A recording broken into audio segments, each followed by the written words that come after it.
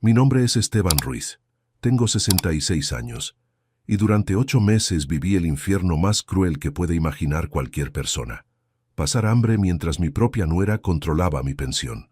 Mi hijo Daniel no tenía idea de lo que estaba pasando hasta el día que llegó sin avisar a mi casa y me encontró desmayado en el piso de la cocina por desnutrición. En ese momento descubrió que su esposa Carla me había estado robando sistemáticamente, dejándome apenas unas monedas para sobrevivir, mientras ella se quedaba con el resto de mi dinero. La historia empezó hace un año, cuando me quedé viudo después de que muriera Rosa, mi compañera de toda la vida. 50 años habíamos estado juntos, desde que éramos unos chicos de 18 años que se enamoraron en el barrio. Rosa era todo para mí, mi esposa, mi compañera, mi mejor amiga, la madre de mis hijos. Cuando el cáncer se la llevó, yo me quedé completamente perdido. Daniel, mi único hijo, se preocupó mucho por mí después de que muriera Rosa. «Papá», me decía, «no podés quedarte solo en esta casa tan grande. ¿Por qué no te venís a vivir con nosotros?» Al principio me negué porque quería mantener mi independencia, pero después de varios meses de vivir solo, empecé a darme cuenta de que tal vez tenía razón. La casa donde Rosa y yo habíamos vivido durante 30 años se sentía vacía, silenciosa, llena de recuerdos que me partían el corazón. Cada rincón me recordaba a ella. Cada objeto tenía una historia que compartíamos juntos. Era demasiado doloroso seguir viviendo ahí, rodeado de fantasmas del pasado. Daniel y Carla vivían en una casa grande en las afueras de la ciudad, con sus 2 hijos, Martín de 12 años y Sofía de 9. Tenían una habitación extra que podían acomodar para mí, con baño privado y una entrada independiente. «Papá», me insistía Daniel, «acá vas a estar acompañado. Los chicos te van a hacer compañía y nosotros te vamos a cuidar». Carla también parecía estar de acuerdo con que me mudara con ellos. «Suegro», me decía, «esta casa es muy grande para nosotros solos. Usted va a ser bienvenido siempre». Me hablaba con cariño, me trataba con respeto, me hacía sentir que realmente me querían ahí. Por eso finalmente decidí aceptar la invitación. Vendí mi casa y me mudé con ellos en marzo del año pasado. Al principio todo parecía perfecto. Daniel se desvivía por atenderme.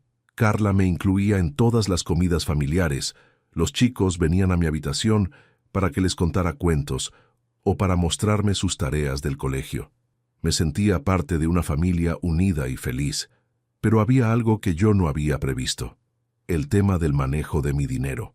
Con la venta de mi casa y mi pensión mensual, tenía una cantidad considerable de dinero que necesitaba administrar. Daniel me sugirió que sería más fácil si Carla se encargaba de manejar mis finanzas, ya que ella era quien llevaba la contabilidad familiar. «Papá», me dijo Daniel, «Carla es muy organizada con la plata. Ella puede manejar tu pensión junto con nuestros gastos. Así no tenés que preocuparte por pagar cuentas o administrar efectivo. Es más simple para todos». La propuesta me pareció razonable, porque yo nunca había sido bueno para los números, y Rosa era quien se ocupaba de nuestras finanzas cuando estaba viva. Carla me explicó cómo funcionaría el sistema.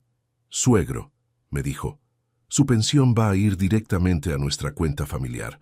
Yo me voy a encargar de separar su parte para sus gastos personales y de incluir su contribución para los gastos de la casa». Me dio una libreta donde iba a anotar todos los movimientos de mi dinero para que yo pudiera seguir el detalle. Al principio parecía funcionar bien. Carla me daba dinero para mis gastos personales cada semana, para comprar cigarrillos, para ir a la confitería con mis amigos, para comprarles regalos a los chicos. No era mucho, pero me alcanzaba para mis necesidades básicas. Los gastos de comida, luz, gas, todo eso se pagaba de la cuenta familiar donde estaba incluida mi pensión. Pero de a poco empecé a notar que me daba cada vez menos dinero para gastos personales. «Suegro», me explicaba Carla, «los precios están subiendo mucho. Su pensión ya no alcanza para lo mismo que antes».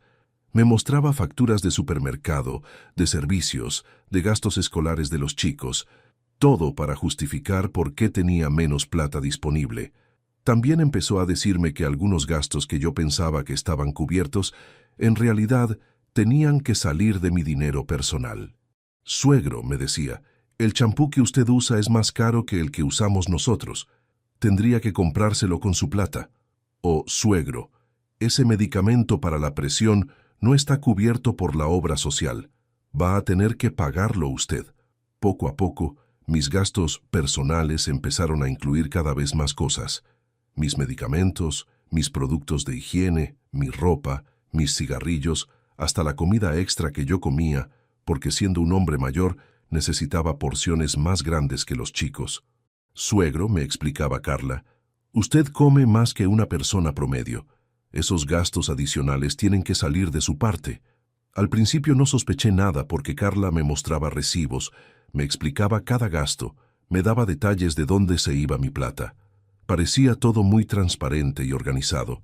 Yo confiaba en ella porque era la esposa de mi hijo, la madre de mis nietos, la mujer que me había recibido en su casa cuando más lo necesitaba. Pero después de 6 meses, empecé a darme cuenta de que algo no estaba bien. Me daba cada vez menos dinero. Me decía que tenía que recortar gastos. Me explicaba que mi pensión ya no alcanzaba para mis necesidades. Suegro, me decía, va a tener que elegir entre comprar cigarrillos o comprar los medicamentos. No alcanza para todo. También empezó a controlar más estrictamente lo que yo compraba. Si venía del supermercado con algo que ella no había autorizado, me hacía devolverlo. Suegro, me regañaba, no puede gastar plata en dulces cuando no tiene para los medicamentos. Me trataba como si fuera un chico irresponsable que no sabía manejar su dinero. Lo más humillante era cuando quería comprarles regalos a mis nietos. Suegro, me decía Carla, no puede gastarle 300 pesos en un juguete a Martín cuando debe 200 de la farmacia. Me hacía sentir como si fuera egoísta, por querer darles algo lindo a los chicos, como si estuviera despilfarrando dinero que no tenía. Daniel no se daba cuenta de nada de esto, porque Carla manejaba toda la situación cuando él no estaba en casa. Durante la semana él trabajaba muchas horas en su estudio contable y llegaba cansado, sin ganas de meterse en los detalles de la administración doméstica. Los fines de semana estábamos todos juntos, pero Carla se las arreglaba para que todo pareciera normal. Cuando yo trataba de hablar con Daniel sobre el tema del dinero, Carla siempre aparecía para explicar la situación desde su perspectiva. Daniel, le decía, tu papá está un poco confundido con los números. Yo le explico todo, pero a veces no entiende cómo funciona el presupuesto familiar. Me hacía quedar como un viejo desorientado que no entendía las finanzas. La situación empeoró drásticamente hace 8 meses, cuando Carla me anunció que mi pensión ya no alcanzaba ni siquiera para mis gastos básicos. Suegro, me dijo, vamos a tener que hacer algunos ajustes. Sus gastos personales se redujeron a 100 pesos por semana. 100 pesos por semana era una miseria que no me alcanzaba ni para comprar cigarrillos, mucho menos para medicamentos o cualquier otra cosa. Pero Carla, le dije, ¿cómo puede ser que mi pensión no alcance? Es la misma que cobraba cuando vivía solo y me alcanzaba para todo. Suegro, me respondió, es que antes usted vivía como un pobre. Acá tiene gastos de una familia de clase media. Su pensión contribuye pero no cubre todos sus gastos. Me explicó que mi pensión se usaba para pagar mi parte de la comida, de los servicios, del mantenimiento de la casa, de los impuestos, de todo lo que implicaba que yo viviera ahí. Suegro, me decía, usted no se da cuenta de lo que cuesta mantener esta casa. Su pensión apenas cubre la mitad de lo que usted gasta. Empecé a sospechar que algo no estaba bien, pero no sabía cómo verificarlo. Carla mantenía todos los papeles bajo llave. Nunca me dejaba ver los estados de cuenta bancarios. Siempre tenía explicaciones para todo. Cuando le pedía que me mostrara exactamente cómo se distribuía mi dinero, me decía que era muy complicado para que yo lo entendiera. Suegro, me decía, usted no entiende de finanzas modernas. Hay descuentos automáticos, transferencias programadas, gastos proporcionales. Es muy confuso. Mejor déjeme a mí que me ocupo y usted no se preocupe. Me hacía sentir como un viejo inútil que no podía manejar sus propios asuntos. Con 100 pesos por semana, empecé a pasar necesidades reales.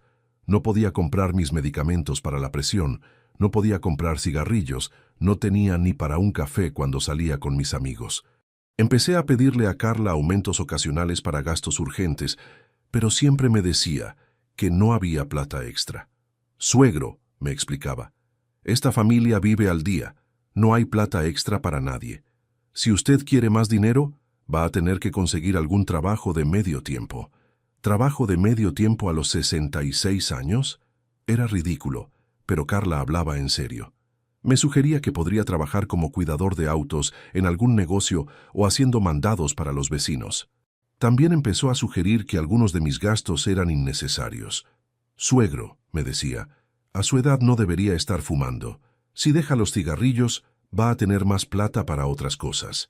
O, suegro, no necesita salir tanto con sus amigos.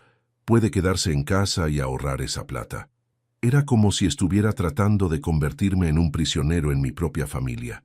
No podía comprar nada, no podía salir, no tenía dinero para ningún gusto personal. Vivía como un indigente siendo que tenía una pensión decente y había vendido mi casa por una buena suma hace apenas unos meses. Lo más terrible empezó hace 5 meses, cuando Carla empezó a racionar también mi comida. Suegro, me dijo, su médico dice que tiene que bajar de peso, vamos a ponerlo a dieta. Empezó a servirme porciones cada vez más pequeñas, a prohibirme que repitiera, a esconder comida para que yo no pudiera acceder a ella. Es por su salud, me decía cuando yo protestaba. A su edad el sobrepeso es peligroso. Pero yo no tenía sobrepeso. Era un hombre de constitución normal que siempre había comido bien. Lo que Carla estaba haciendo era desnutrirme sistemáticamente, y lo disimulaba como si fuera un cuidado médico. También empezó a comprar comida más barata y de menor calidad. Suegro, me explicaba, con el presupuesto ajustado, tenemos que ser más cuidadosos con lo que compramos. Pero yo veía que Daniel y los chicos seguían comiendo bien, que el problema era específicamente conmigo. Las porciones que me servía eran ridículamente pequeñas. Un pedacito de pollo del tamaño de una caja de fósforos, una cucharada de arroz, una hoja de lechuga. Suegro, me decía cuando yo le pedía más comida, esta es la porción recomendada para un hombre de su edad y su nivel de actividad. Cuando yo trataba de buscar comida adicional en la heladera o en la despensa, Carla había puesto candados. Es para que los chicos no coman entre comidas, me explicaba. Pero yo sabía que era para controlarme a mí. Los chicos tenían libre acceso a la comida cuando querían. Solo yo estaba restringido. Empecé a perder peso dramáticamente. En 3 meses bajé 15 kilos. Me sentía débil, mareado, sin energía. Mis amigos empezaron a notar que estaba muy flaco y me preguntaban si estaba enfermo. Esteban, me decían, ¿estás comiendo bien? Te ves muy delgado. Cuando Daniel me preguntaba por qué había bajado tanto de peso, Carla siempre tenía una explicación lista. Daniel, le decía, tu papá está haciendo dieta por recomendación médica. Está muy bien controlado. O Daniel, tu papá come menos porque a los viejos les da menos hambre. Es normal. Daniel confiaba completamente en su esposa. Papá, me decía, qué bueno que Carla te esté cuidando la salud. Se nota que estás más ágil desde que bajaste de peso. No se daba cuenta de que yo no estaba más ágil, estaba más débil. No estaba haciendo dieta, me estaba muriendo de hambre. La situación llegó al punto crítico hace 2 meses, cuando empecé a desmayarme regularmente. Al principio fueron mareos ocasionales que yo atribuía a mi medicación para la presión, pero después empezaron a ser desmayos completos, donde perdía el conocimiento por varios minutos. Carla me decía que eran cosas normales de la edad. Suegro, me explicaba, los viejos se marean porque tienen problemas de circulación, no es nada grave. Cuando yo le pedía que me llevara al médico, me decía que no hacía falta, que era solo cuestión de descansar más. Pero los desmayos se hicieron cada vez más frecuentes y más largos. Había días que me levantaba e inmediatamente caía al piso sin fuerzas. Me costaba mantenerme parado, me temblaban las manos, veía manchas negras. Estaba claro que algo estaba muy mal, pero Carla insistía en que era solo vejez. Suegro, me decía, usted está dramatizando. Todos los viejos tienen estos problemas. Mi abuelo era igual. Pero yo sabía que no era normal. A los 66 años no era un viejo decrépito. Era un hombre que había estado sano toda la vida hasta que empezó a vivir en esa casa. El día que Daniel descubrió todo fue un martes por la tarde. Él había salido de trabajar temprano porque tenía que buscar unos papeles en casa para una reunión importante al día siguiente.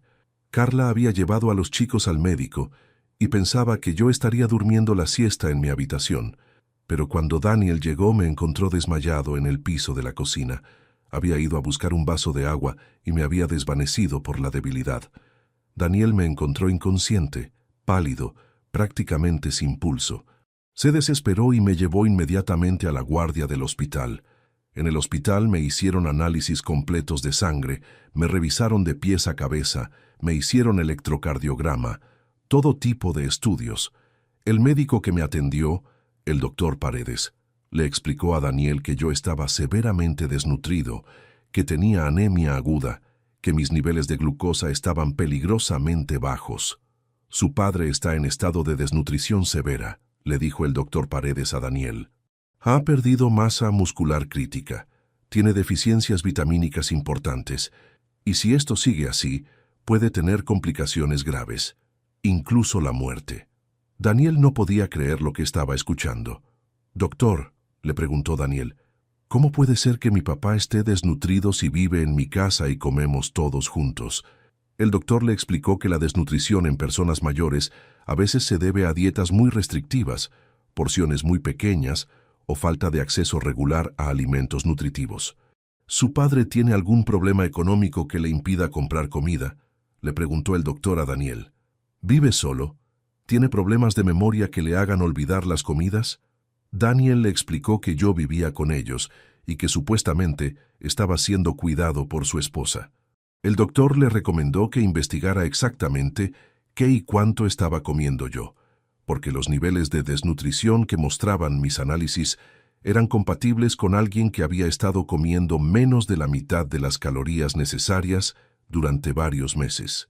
Me quedé internado 3 días para estabilizarme con suero y vitaminas endovenosas. Durante esos 3 días, Daniel empezó a hacer preguntas en casa sobre mi alimentación, mis gastos, mi rutina diaria. Por primera vez en meses, empezó a prestar atención real a mi situación. Cuando le preguntó a Carla por qué yo estaba tan desnutrido, ella le dio las mismas excusas de siempre. «Daniel», le dijo, «tu papá come poco porque los viejos comen menos. Yo le sirvo porciones normales, pero él no termina la comida». Era mentira, pero Daniel no tenía manera de verificarlo porque nunca estaba presente durante las comidas. También le preguntó sobre mi dinero, sobre cuánto gastaba, sobre por qué yo siempre parecía no tener plata para nada. «Daniel», le explicó Carla, «tu papá es muy gastador. Su pensión se va toda en sus gastos personales y sus caprichos. Yo trato de enseñarle a administrarse, pero no me hace caso». Pero Daniel había empezado a atar cabos. Me había visto cada vez más flaco, más débil, más apagado durante los últimos meses, y ahora un médico le decía que yo estaba al borde de morir de hambre. Empezó a sospechar que algo no estaba bien. Además, Daniel recordó conversaciones que habíamos tenido donde yo le comentaba que no tenía plata para comprarles regalos a los chicos, que no podía invitar un café cuando salía con mis amigos, que tenía que elegir entre comprar cigarrillos o medicamentos. En ese momento había pensado que era normal que un jubilado tuviera limitaciones económicas, pero ahora se daba cuenta de que algo no cuadraba. También recordó que yo le había comentado varias veces que Carla controlaba mucho mis gastos, que me hacía devolver cosas que compraba, que me regañaba por gastar dinero. Daniel había pensado que era porque Carla era muy organizada y quería ayudarme a administrarme mejor, pero ahora empezaba a ver otro patrón. El día que salí del hospital, Daniel decidió quedarse en casa para observar exactamente cómo me trataba Carla. Le dijo en su trabajo que tenía que cuidar a su padre enfermo y se tomó varios días libres. Carla no sabía que él estaba investigando, pensaba que solo estaba preocupado por mi salud. Durante el primer día, Daniel observó cómo Carla me servía las comidas. Se quedó en shock cuando vio las porciones ridículamente pequeñas que me daba. Cómo controlaba que yo no pidiera más comida. Cómo me explicaba que era por mi salud que comiera tan poco. Para el desayuno, Carla me dio medio vaso de leche descremada, una tostada sin manteca y una cucharadita de mermelada. Era una porción que no alcanzaba ni para un niño pequeño, mucho menos para un hombre adulto que acababa de salir del hospital por desnutrición. «Suegro», me dijo Carla mientras me servía esa porción miserable, «el médico dice que tiene que comer liviano después de estar internado. Esta es la dieta que corresponde». Pero Daniel había hablado con el médico y sabía que me habían recomendado exactamente lo contrario: comer bien para recuperar peso y masa muscular. Para el almuerzo, Carla me sirvió un pedacito de pollo del tamaño de una caja de fósforos, 2 cucharadas de arroz y 3 hojas de lechuga. Cuando yo le pedí un poco más, me dijo: «Suegro, esta es la porción correcta para su edad. Si come más, se va a enfermar». Daniel no podía creer lo que estaba viendo. Él y los chicos comieron platos abundantes, con segundas porciones, con pan, con postre. Solo a mí me daba esas raciones de subsistencia que no alcanzaban para mantener vivo a un gato. «Carla», le preguntó Daniel después del almuerzo, «¿por qué le serviste tan poco a papá?» «Daniel», le respondió ella, «esa es la porción que recomendó el médico. Tu papá tiene que bajar de peso». Pero Daniel sabía que yo había perdido 15 kilos en los últimos meses. No tenía nada que bajar. También observó cómo Carla me controlaba el acceso a la comida entre las comidas. Cuando intenté abrir la heladera para buscar algo para comer, me dijo: «Suegro, no puede comer entre comidas. Eso arruina la dieta». Pero Daniel vio que los chicos comían yogures, frutas, galletitas cuando querían. Esa noche, Daniel me preguntó directamente sobre mi alimentación. «Papá», me dijo, «¿vos tenés hambre? ¿Te parece que comés suficiente?» Yo no sabía qué responder porque Carla estaba presente y tenía miedo de crear problemas. «Daniel», intervino Carla, «tu papá a veces confunde el aburrimiento con el hambre. Es normal en los viejos. Come lo que necesita, no más». Pero Daniel había visto con sus propios ojos las porciones que me servía y sabía que era imposible que alcanzaran. El segundo día, Daniel decidió quedarse en casa durante toda la jornada para observar mi rutina completa. Se levantó temprano y vio cómo Carla me preparaba un desayuno aún más escaso que el del día anterior. Solo un té sin azúcar y media tostada. «Carla», le preguntó Daniel, «¿por qué papá no desayuna igual que nosotros?» «Daniel», le respondió ella, «tu papá no tiene hambre por las mañanas. Los viejos no comen mucho en el desayuno». Pero Daniel recordaba perfectamente que cuando yo vivía solo siempre desayunaba bien.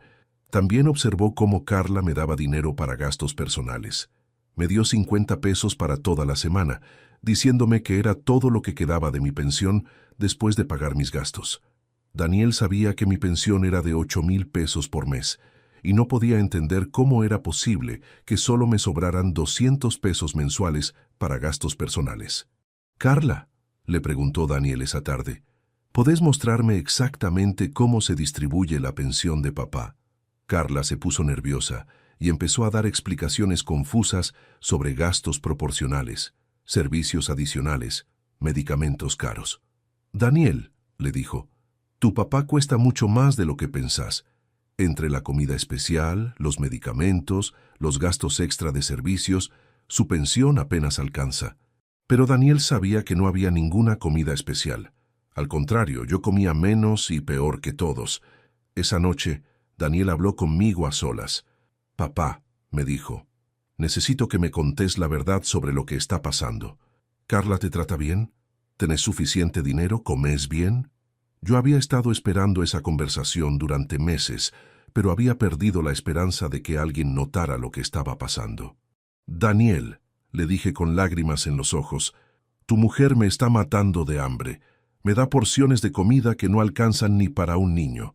Me controla cada peso que gasto. Me hace sentir como si fuera una carga terrible para la familia». Fue la primera vez en meses que pude hablar con honestidad sobre mi situación. Daniel me pidió que le contara todo desde el principio, cómo había empezado el control de mi dinero, cómo habían ido reduciéndose mis gastos personales, cómo Carla había empezado a racionar mi comida. Le expliqué cada detalle de los últimos 8 meses de abuso sistemático. «Papá», me dijo Daniel cuando terminé de contar, «esto es imperdonable. Carla te estuvo torturando mientras yo no me daba cuenta.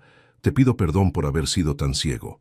Se notaba que estaba furioso, pero también devastado por haber permitido que esto pasara bajo su techo.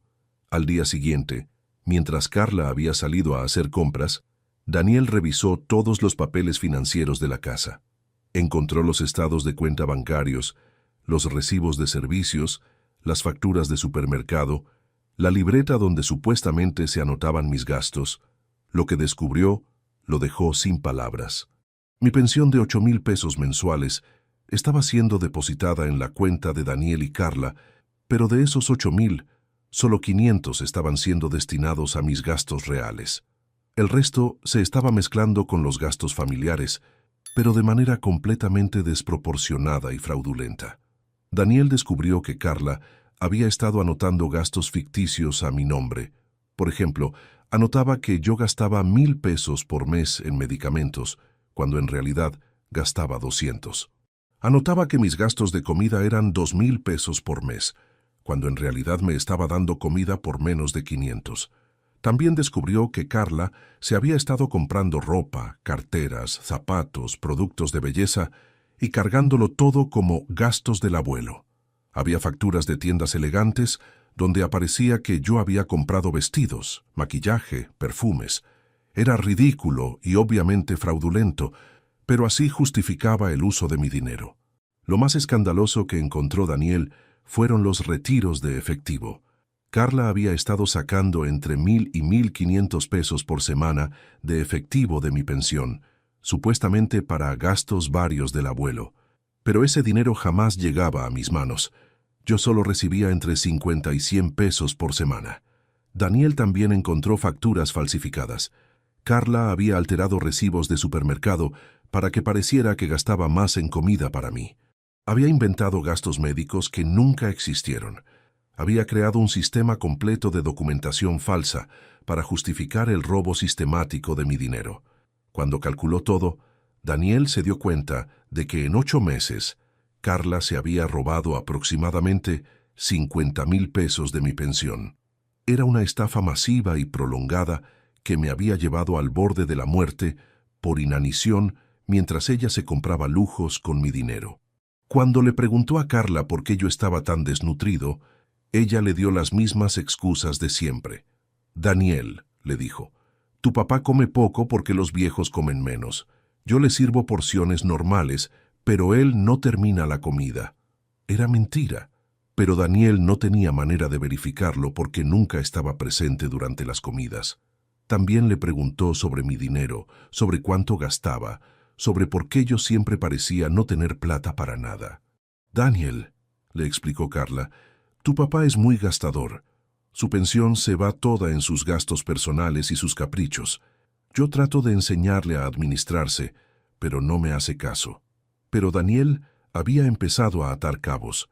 Me había visto cada vez más flaco, más débil, más apagado durante los últimos meses, y ahora un médico le decía que yo estaba al borde de morir de hambre.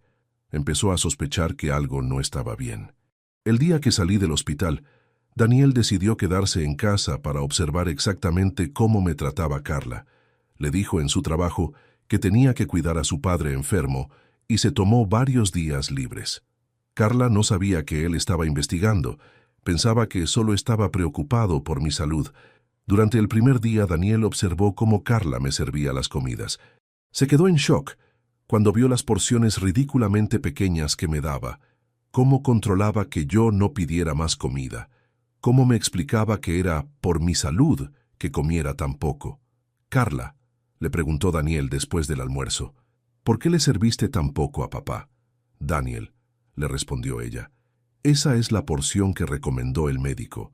Tu papá tiene que bajar de peso. Pero Daniel sabía que yo había perdido 15 kilos en los últimos meses. No tenía nada que bajar. También observó cómo Carla me daba dinero para gastos personales. Me dio 50 pesos para toda la semana, diciéndome que era todo lo que quedaba de mi pensión después de pagar mis gastos. Daniel sabía que mi pensión era de 8,000 pesos por mes, y no podía entender cómo era posible que solo me sobraran 200 pesos mensuales para gastos personales. Carla, le preguntó Daniel esa noche, ¿podés mostrarme exactamente cómo se distribuye la pensión de papá? Carla se puso nerviosa. Daniel, le dijo, es muy complicado, hay muchos gastos proporcionales. Tu papá cuesta mucho mantener. Daniel insistió en ver los números específicos. Carla, quiero ver las cuentas del banco, los recibos de los gastos, todo. Papá se está muriendo de hambre y no entiendo cómo es posible. Carla trató de evitar el tema, pero Daniel ya estaba decidido a llegar al fondo de la situación. Al día siguiente, mientras Carla había salido a hacer compras, Daniel revisó todos los papeles financieros de la casa. Encontró los estados de cuenta bancarios, los recibos de servicios, las facturas de supermercado. Lo que descubrió lo dejó sin palabras. Mi pensión de 8,000 pesos mensuales estaba siendo depositada en la cuenta de Daniel y Carla, pero de esos 8,000, solo 500 estaban siendo destinados a mis gastos reales. El resto se estaba mezclando con los gastos familiares, pero de manera completamente desproporcionada. Daniel descubrió que Carla había estado anotando gastos ficticios a mi nombre. Por ejemplo, anotaba que yo gastaba 1,000 pesos por mes en medicamentos, cuando en realidad gastaba 200. Anotaba que mis gastos de comida eran 2,000 pesos por mes, cuando en realidad me estaba dando comida por menos de 500. También descubrió que Carla se había estado comprando ropa, carteras, zapatos y cargándolo todo como gastos del abuelo. Había facturas de tiendas elegantes donde aparecía que yo había comprado vestidos, maquillaje, perfumes. Era ridículo, pero así justificaba el uso de mi dinero. Lo más escandaloso que encontró Daniel fueron los retiros de efectivo. Carla había estado sacando entre 1,000 y 1,500 pesos por semana de efectivo de mi pensión, supuestamente para gastos varios del abuelo. Pero ese dinero jamás llegaba a mis manos. Yo solo recibía entre 50 y 100 pesos por semana. Daniel calculó que en 8 meses, Carla se había robado aproximadamente 40,000 pesos de mi pensión. Era una estafa sistemática y prolongada que me había llevado al borde de la muerte por inanición. Me había estado robando mientras me hacía creer que yo era una carga económica para la familia. Cuando Carla volvió de hacer las compras, Daniel la estaba esperando con todos los papeles sobre la mesa. «Carla», le dijo con voz muy seria, «tenemos que hablar. Ahora». Ella se dio cuenta inmediatamente de que había sido descubierta. Su cara cambió completamente, se puso pálida, empezó a tartamudear. «Daniel», le dijo, «puedo explicar todo. Tu papá no entiende cómo funcionan las finanzas modernas. Yo estaba administrando su plata de la mejor manera». Daniel le mostró los recibos falsos, los gastos ficticios, los retiros de efectivo que nunca llegaban a mí. «Carla», le dijo Daniel, «vos le robaste 40,000 pesos a mi papá mientras él se moría de hambre. ¿Cómo podés explicar eso?» Carla empezó a llorar, a pedir perdón, a inventar excusas sobre presiones económicas, sobre gastos inesperados, sobre confusiones en la contabilidad. «Daniel», le suplicaba, «yo no quería lastimar a tu papá. Solo estaba tratando de hacer que la plata rindiera más. La situación económica está difícil y pensé que podía administrar mejor sus recursos». Pero Daniel había visto las facturas de sus compras personales, los gastos en lujos, mientras yo pasaba hambre. Daniel estaba furioso como nunca lo había visto. «Carla», le gritó, «mi papá pesaba 80 kilos cuando se mudó acá y ahora pesa 65. Lo llevaste al borde de la muerte por robarle la pensión. Esto no es un error, es un delito». Le dio un ultimátum. O devolvía inmediatamente todo el dinero que me había robado y se iba de la casa, o él la denunciaba por estafa y apropiación indebida. «Carla», le dijo, «tenés 24 horas para conseguir los 40,000 pesos que le robaste a papá. Si no, mañana vamos todos a la comisaría». Carla empezó a negociar, a prometer que devolvería todo de a poco, a pedir otra oportunidad, pero Daniel ya había tomado su decisión. «Carla», le dijo, «durante 8 meses torturaste a mi papá, lo desnutriste, le robaste su dignidad y su dinero. No hay segunda oportunidad para eso». Esa misma noche, Carla fue a hablar conmigo para pedirme perdón. «Suegro», me dijo llorando, «no quería lastimarlo, solo estaba tratando de administrar mejor la plata familiar, pero yo estaba demasiado débil y demasiado enojado para escuchar sus excusas». «Carla», le dije con lo que me quedaba de voz, «vos me hiciste creer que era una carga, que mi pensión no alcanzaba para nada, que era un viejo inútil. Me torturaste durante meses haciéndome pasar hambre mientras te robabas mi dinero. Le expliqué que no era solo el dinero, sino la humillación, la manipulación, el maltrato psicológico. Carla, le dije, me hiciste sentir como un parásito en mi propia familia, como si fuera una molestia que había que tolerar. Eso no se olvida ni se perdona fácilmente. Al día siguiente, Daniel me llevó al banco para cambiar todos los accesos a mi cuenta. Mi pensión volvió a ser depositada en una cuenta a mi nombre exclusivamente. También fuimos a un médico nutricionista para planear mi recuperación alimentaria. El doctor me puso en una dieta especial para recuperar peso gradualmente. Carla cumplió con devolver el dinero. Vendió sus joyas, su auto, pidió prestado a su familia. En 2 semanas había juntado los 40,000 pesos que me debía, pero Daniel ya había decidido que el matrimonio se había terminado. Carla, le dijo, lo que le hiciste a mi papá es imperdonable. No puedo seguir casado con alguien capaz de eso. Se separaron inmediatamente. Carla se fue a vivir con su madre. Daniel se quedó con la tenencia de los chicos. Yo decidí no radicar denuncia penal porque no quería que los nietos sufrieran viendo a su mamá en la cárcel, pero dejé claro que jamás quería volver a ver a Carla en mi vida. Mi recuperación fue lenta, pero constante. Con alimentación adecuada y sin el estrés constante de la manipulación de Carla, empecé a recuperar peso, energía, ganas de vivir. Daniel se hizo cargo personalmente de cuidar que yo comiera bien, que tuviera acceso libre a mi dinero, que me sintiera respetado en su casa. «Papá», me dijo Daniel una tarde, «perdóname por no haberme dado cuenta antes de lo que estaba pasando. Confiaba tanto en Carla que no presté atención a las señales». Le dije que no era su culpa, que Carla era muy hábil manipulando la situación para que todo pareciera normal. Los chicos, Martín y Sofía, tardaron en entender por qué se habían separado sus papás. Daniel les explicó de manera apropiada para su edad que mamá había hecho algo muy malo con el dinero del abuelo. «Papá», me preguntó Martín, «¿por qué mamá te hacía mal?» Le expliqué que a veces las personas grandes cometen errores muy grandes que lastiman a la familia. Han pasado 6 meses desde que se descubrió todo. He recuperado 12 de los 15 kilos que había perdido.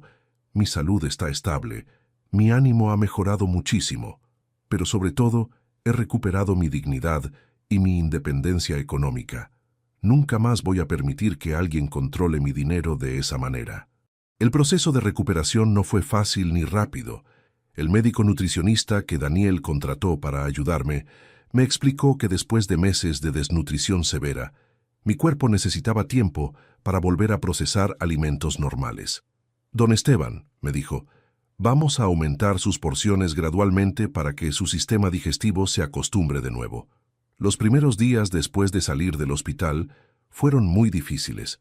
Mi estómago se había encogido tanto que me llenaba con porciones muy pequeñas.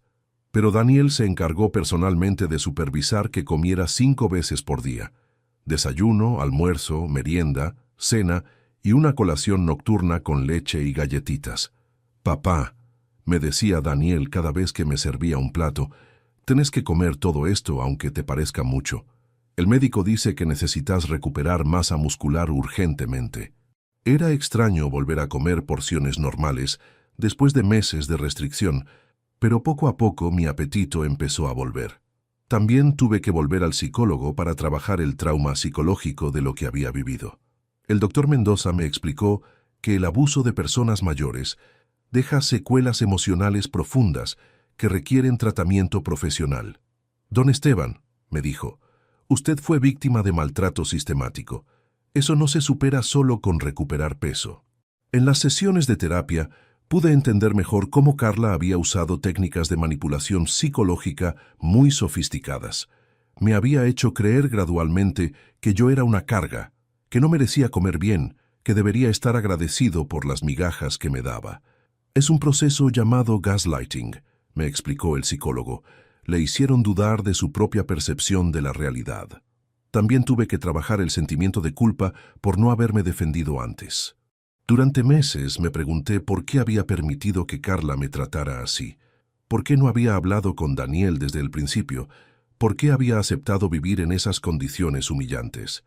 Don Esteban, me ayudó el psicólogo, usted era una persona vulnerable que acababa de perder a su esposa y estaba dependiendo de la buena voluntad de su familia.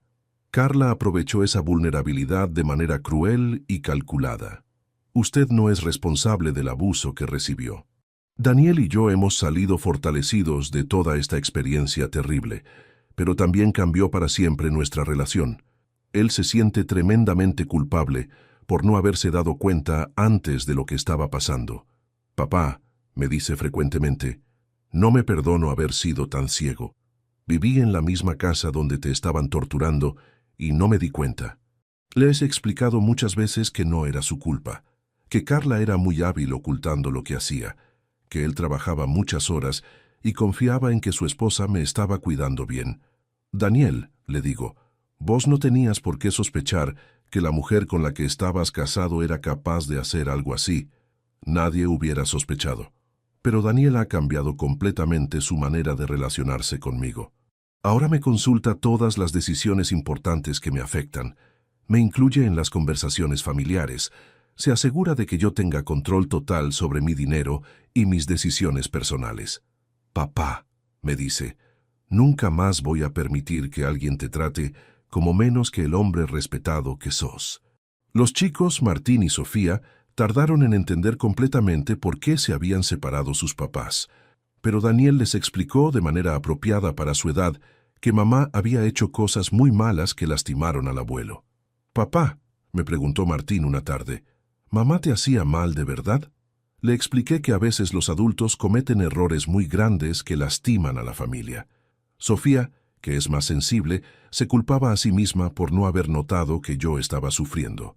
Abuelo, me dijo llorando, perdóname por no darme cuenta de que tenías hambre. Le expliqué que ella era una niña y que no era su responsabilidad cuidar a los adultos, sino al revés. Pero lo que más me emociona es ver cómo los chicos ahora me tratan de manera diferente. Entienden que el abuelo no es solo un viejo que hay que cuidar, sino una persona que fue víctima de algo muy injusto y que necesita cariño especial. Me traen dibujitos, me cuentan todo lo que hacen en el colegio, se aseguran de que esté cómodo en casa. Abuelo, me dijo Sofía hace poco, me alegra que ya no estés flaquito y triste. Es verdad, he recuperado peso, pero sobre todo he recuperado las ganas de vivir, el apetito por la comida y por la vida, la capacidad de disfrutar momentos simples como tomar mate con mis nietos. La separación de Daniel y Carla fue inmediata y definitiva. Daniel me preguntó si quería que radicara denuncia penal contra Carla, pero yo decidí que no quería que los chicos pasaran por el trauma de ver a su madre procesada judicialmente. Daniel, le dije, prefiero que los Nelos tengan una imagen de su madre como alguien que se equivocó, no como una criminal. Pero sí le exigí a Carla que devolviera todo el dinero que me había robado. Daniel la presionó legalmente y ella tuvo que vender sus joyas, su auto, y pedir prestado a su familia para juntar los 50,000 pesos que me debía. Fue un proceso humillante para ella, pero necesario para que entendiera que sus actos tenían consecuencias reales. Carla intentó contactarme varias veces durante los primeros meses después de la separación. Me mandaba mensajes pidiendo perdón, me llamaba por teléfono. Hasta vino una vez a casa a llorarme y suplicarme que la perdonara. Suegro, me decía, no era mi intención lastimarlo, solo quería administrar mejor la plata familiar. Pero yo había tomado la decisión de no tener más contacto con ella jamás. Daniel, le dije, no hay nada que tu exmujer pueda decir para reparar lo que me hizo. Me torturó durante 8 meses, me hizo creer que era un parásito, me desnutrió hasta casi matarme. Eso no se perdona con disculpas. He aprendido lecciones muy importantes de toda esta experiencia terrible. La primera es que nunca hay que entregar completamente el control de las finanzas a otra persona, sin importar cuánto confiemos en ella. Aunque yo no era bueno con los números, debería haber mantenido al menos supervisión sobre mis propios recursos. La segunda lección es que hay que prestar atención a las señales de abuso, aunque vengan de personas cercanas que aparentan estar cuidándonos. El abuso puede empezar de manera muy sutil, con restricciones pequeñas que parecen razonables, y después escalar gradualmente hasta convertirse en tortura. La tercera lección es que la manipulación psicológica puede ser tan dañina como la violencia física. Carla me convenció de que yo no merecía comer bien, de que era una carga para la familia, de que debería estar agradecido por el maltrato que recibía. Esa manipulación mental fue tan cruel como el robo de dinero. La cuarta lección es que nunca hay que tener vergüenza de pedir ayuda cuando algo no está bien. Durante meses yo sabía que algo andaba mal, pero no me animaba a hablar con Daniel porque tenía miedo de crear problemas en su matrimonio. Si hubiera hablado antes, me habría ahorrado meses de sufrimiento. Y la quinta lección es que la familia verdadera protege a sus miembros más vulnerables, no los explota. Daniel demostró ser un hijo de verdad cuando descubrió lo que estaba pasando y tomó medidas inmediatas para protegerme. Carla demostró que no era realmente familia cuando decidió aprovecharse de mi vulnerabilidad. Ahora vivo en paz en la misma casa, pero bajo condiciones completamente diferentes. Tengo control total de mi dinero, acceso libre a la comida, respeto por mis decisiones personales. Daniel contrató a una señora que viene 3 horas por la mañana para ayudar con la limpieza y para cocinar, pero yo participo en todas las decisiones sobre la comida y los gastos de casa. Papá, me dice Daniel frecuentemente, esta es tu casa tanto como la mía. Acá no sos un huésped, sos parte de la familia. Es una diferencia enorme con el trato que recibía de Carla, que me hacía sentir como un intruso en mi propio hogar. También he vuelto a tener vida social. Salgo con mis amigos de la confitería. Voy a visitar a mis hermanos que viven en otros barrios. Participo en actividades del centro de jubilados. Durante los meses de abuso, Carla había logrado aislarme socialmente, haciéndome creer que no tenía dinero para salir ni energía para ver a nadie. Esteban, me dijeron mis amigos cuando volví a aparecer por la confitería. Estábamos preocupados porque desapareciste durante meses. ¿Dónde te habías metido? Les conté resumidamente lo que había pasado y se quedaron choqueados. Varios me confesaron que habían notado que estaba muy flaco y triste, pero pensaron que era normal depresión por la muerte de Rosa. Y vos que me escuchaste hasta acá, vos que me acompañaste en esta historia, quiero que sepas algo muy importante. Si sos una persona mayor o conoces a alguien mayor, presta mucha atención a señales de abuso económico o maltrato por parte de familiares. El abuso de personas mayores es más común de lo que la gente piensa. A menudo viene de personas en las que confiamos, que parecen estar cuidándonos, pero que en realidad nos están explotando. Los abusadores usan nuestra vulnerabilidad, nuestra dependencia, nuestra confianza en contra nuestra. Las señales de alarma incluyen control excesivo del dinero, restricción del acceso a alimentos, aislamiento social, manipulación psicológica para hacernos sentir culpables o como una carga, explicaciones que no tienen sentido sobre gastos o administración de recursos. No tengas miedo de pedir ayuda si algo no te parece bien, aunque sea familia la que te esté lastimando. No importa cuánto querés a esa persona o cuánto dependés de ella. Nadie tiene derecho a maltratarte, robarte o humillarte. Mi historia terminó bien, porque mi hijo descubrió la verdad a tiempo y tuvo el coraje de defenderme. Pero hay muchos viejos que no tienen tanta suerte, que mueren solos y maltratados sin que nadie se dé cuenta de lo que está pasando. No dejes que eso te pase a vos o a alguien que quieras. Si estás pasando por una situación de abuso, busca ayuda en organizaciones de protección a la tercera edad. Habla con médicos, contáselo a familiares o amigos de confianza. Y si conoces a una persona mayor que te parece que está siendo maltratada, no mires para otro lado. Pregunta, investiga, ofrece ayuda. Contame vos qué harías en mi situación. ¿Habrías denunciado penalmente a Carla o habrías hecho como yo? ¿Habrías perdonado a Daniel por no darse cuenta antes de lo que pasaba? Y contame desde qué ciudad me estás escuchando, porque me gusta saber que estas historias llegan a gente que puede aprender algo de lo que vivimos los que ya tenemos algunos años encima. Porque al final, la dignidad y el respeto no tienen edad. Y nunca es tarde para defenderse cuando alguien trata de aprovecharse de nuestra confianza, aunque sea alguien de nuestra propia familia. La familia verdadera cuida, no explota. Y cuando alguien te explota, aunque lleve tu apellido, tenés todo el derecho del mundo a defenderte y pedir justicia.